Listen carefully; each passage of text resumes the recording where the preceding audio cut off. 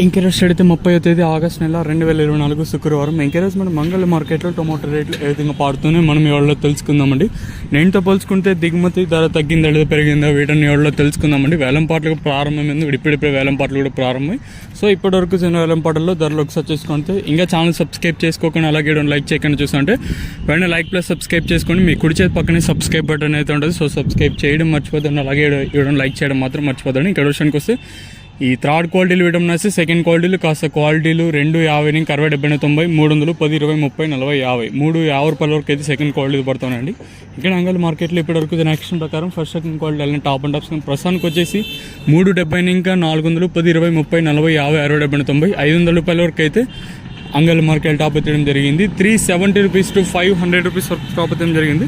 వేలంపాట్లు కూడా ప్రారంభమైంది ఇప్పుడిప్పుడే కాబట్టి ఈ సూపర్ టాప్ అనేది ఎంతకన్నా పెరుగుతుందో చూడాలి.